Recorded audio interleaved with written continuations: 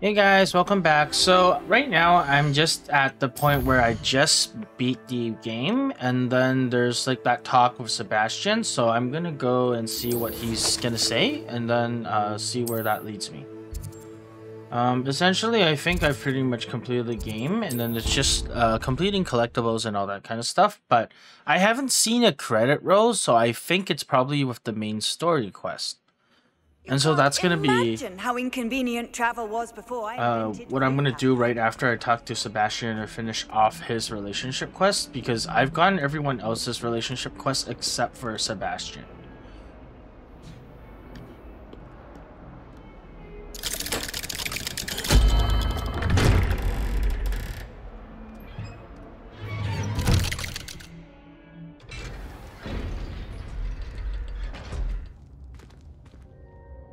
And so, like, but when I finish, like, the main story quest, I'll probably give my thoughts on the game and then, just what I noticed, I'm what I glad you liked. came. Sebastian, I've received your owl. What's happened? Ominis spoke with Anne about what happened with my Uncle Solomon. She believes I should pay for what I did, but she won't turn me in. She said the guilt I'll have to live with is punishment enough. I'm so sorry. But I'm glad you know that you can at least try to move on now. The thing is, I think I've lost my sister, my twin, forever. She refuses to even see me. I can't blame her. I couldn't really blame any of you if you gave up on me entirely. You all believed in me, and I let you all down.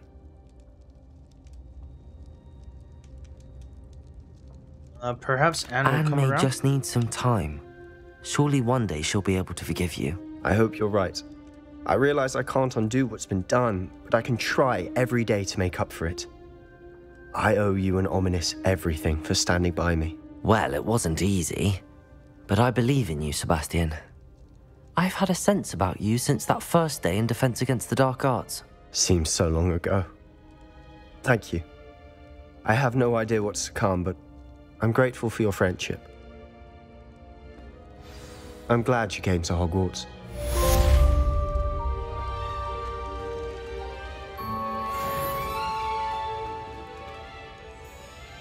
Oh, I guess that's the entire questline. So there's no closure with Anne, or it's just like she just doesn't forgive Sebastian, and I guess she's cursed forever.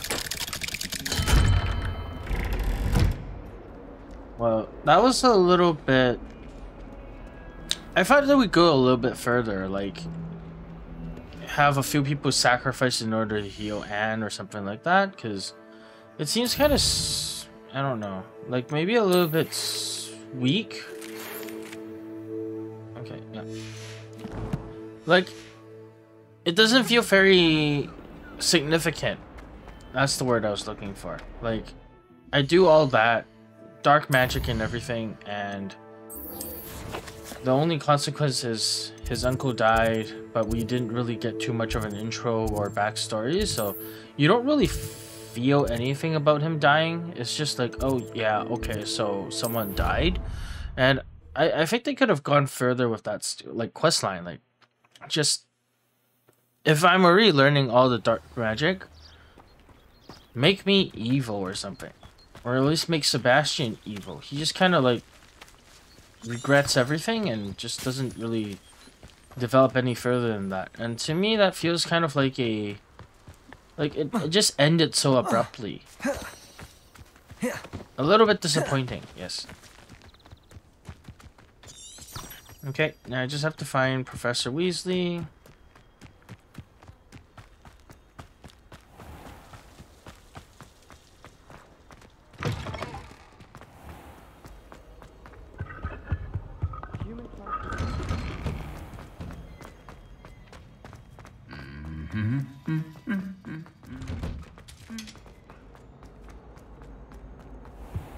Wow, Professor Weasley is really far away. There are some impressive views. I'd better keep an eye on high places around the school for Zenobia's gobstones. Accio! Well, that's one of Zenobia's gobstones. I hardly see what all the fuss is about. I thought about transferring to both.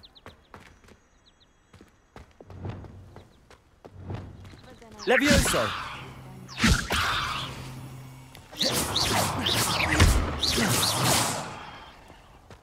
Nothing in Depulso. Depulso! Oh, you can. I wonder if you can fling it off. Like, where did the cat? Accio! Okay. Depulso!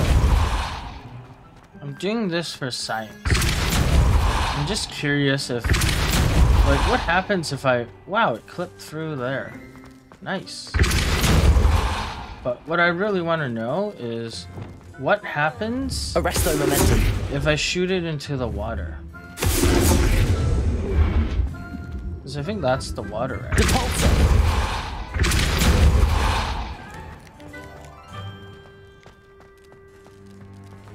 Yeah, I hope anyone who's watching this doesn't report me to the PETA. I'm just doing this for science. Wait, where did the cat go? Okay, this isn't working. I can't really control it. Maybe the best option would be to accio him until he's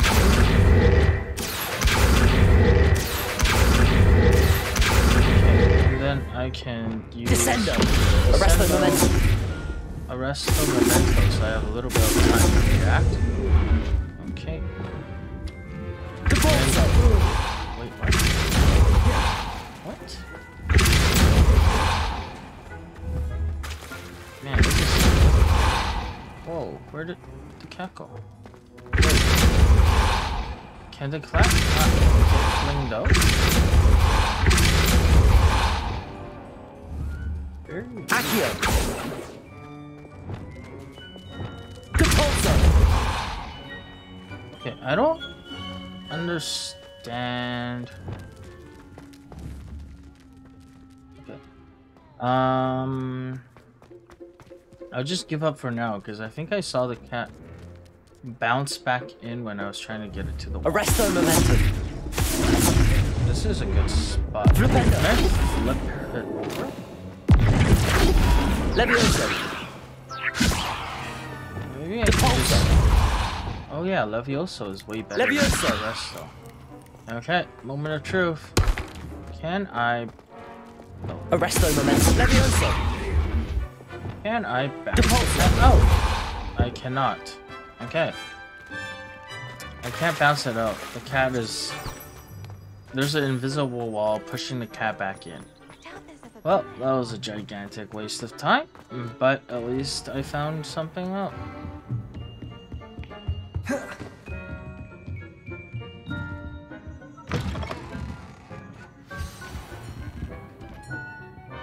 Professor Weasley, you wanted to see me?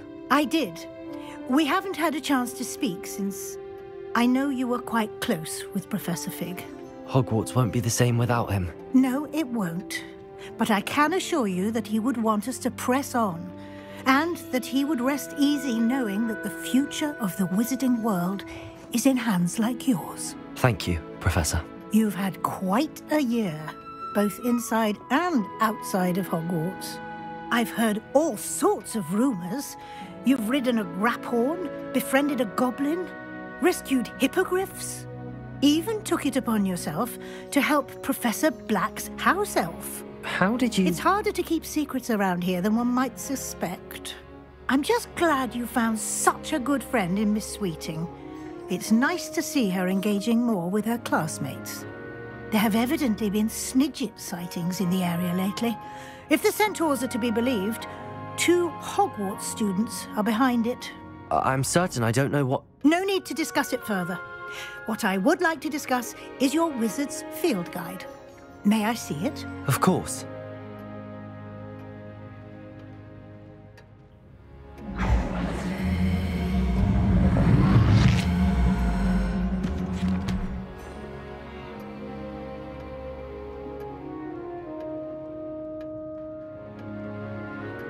What do you think, Professor? I think you've been busy this year. I see some progress here, but quite a bit of your field guide has yet to be completed.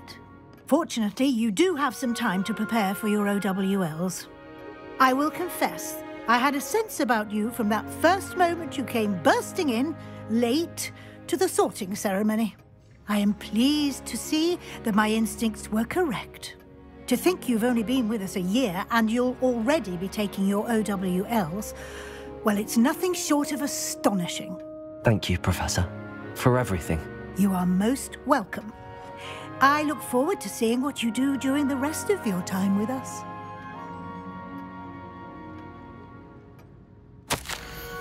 Oh. Dear Professor Weasley, thank you for your OWL. I am enjoyed to hear that this most recent crop of 7th years includes a number of students who may be both interested in and well suited for a career at the Ministry. Of course, their OWLs will provide confirmation of the latter, but equally invaluable to our recruitment process is your opinion. You have a unique perspective given your experience with us, and for that I am truly grateful.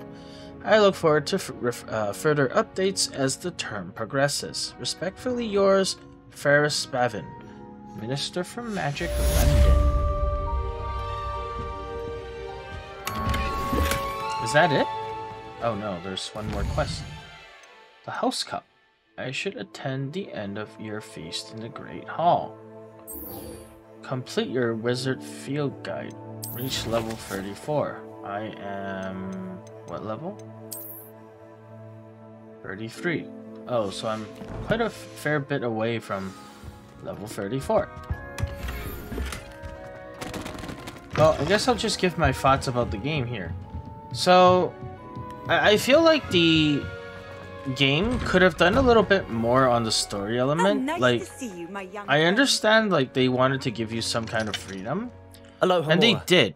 But then when you have like a really forced and fixed timeline, like a storyline, it makes it a little bit harder to really get into the game. Like, it's not as immersive because there's a fixed guideline on the story element. And what I mean by that is, just like a few seconds ago when Professor Weasley was saying like having the wizardry world in your capable hands, I actually like picked the absolute worst option, which is like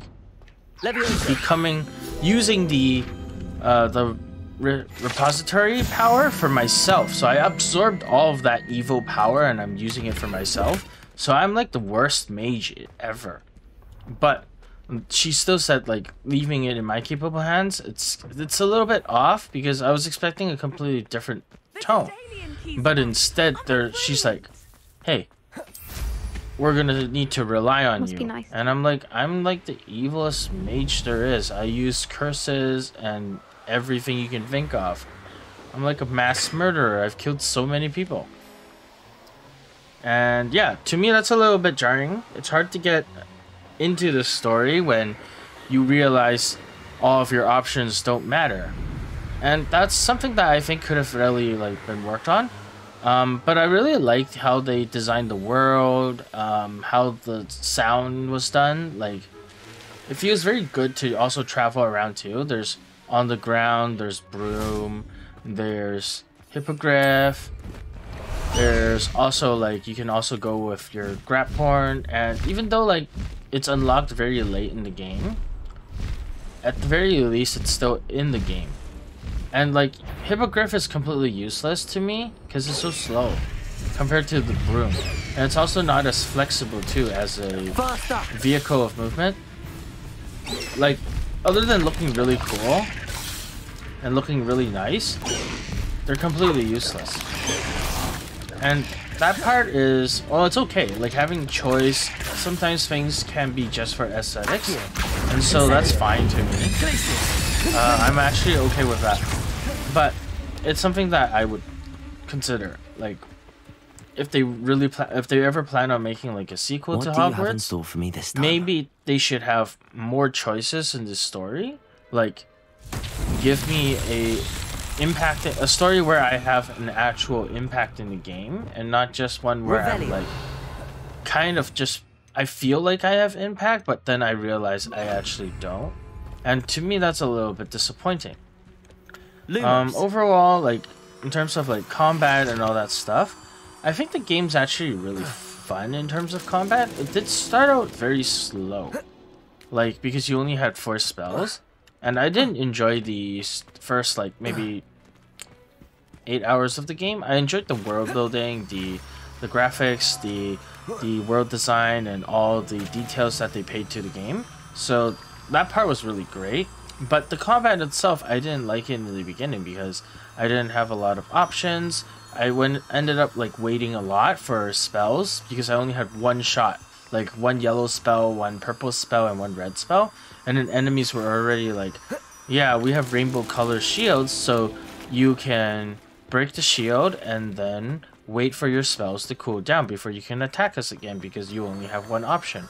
And that to me was actually quite annoying and horrible. So it wasn't until I started getting more spells, so I had 2 or 3 yellow spells, 2 or 3 purple spells. That was when the game started to become really active because you're switching between these spell sets and you're also at the same time casting your attack spells to counter the enemies that are on screen.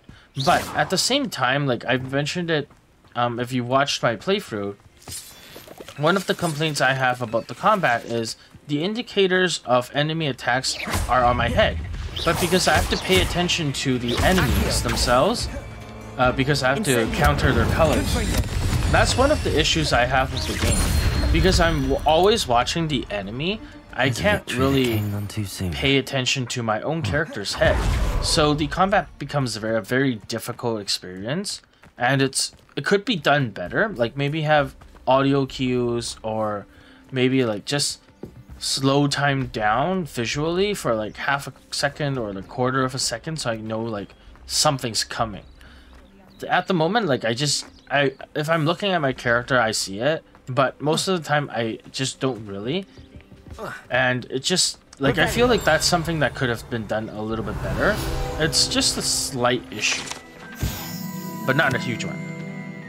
I really enjoyed like the cinematics of the game. It felt suitable. Like it's because I guess it's probably because it's like a Warner Bros. Game and they make movies, so there was a very cinematic experience with the whole game, and to me that was very enjoyable because I really like these sequences. Like after you get something, there's like this little period where you get to use your new mount or new feature.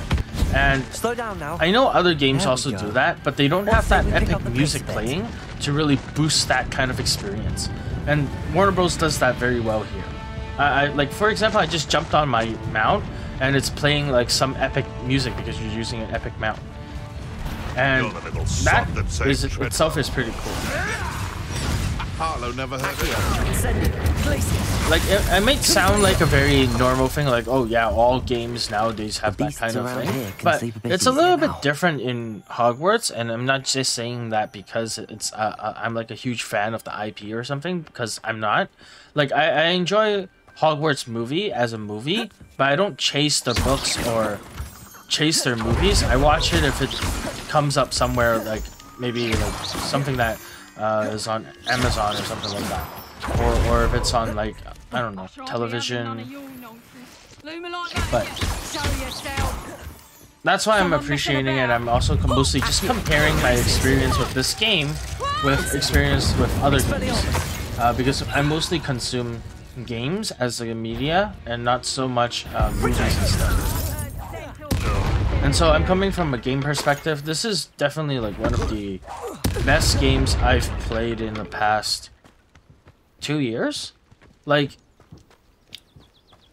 it's hard to really put into words because it's a little bit different from other formats.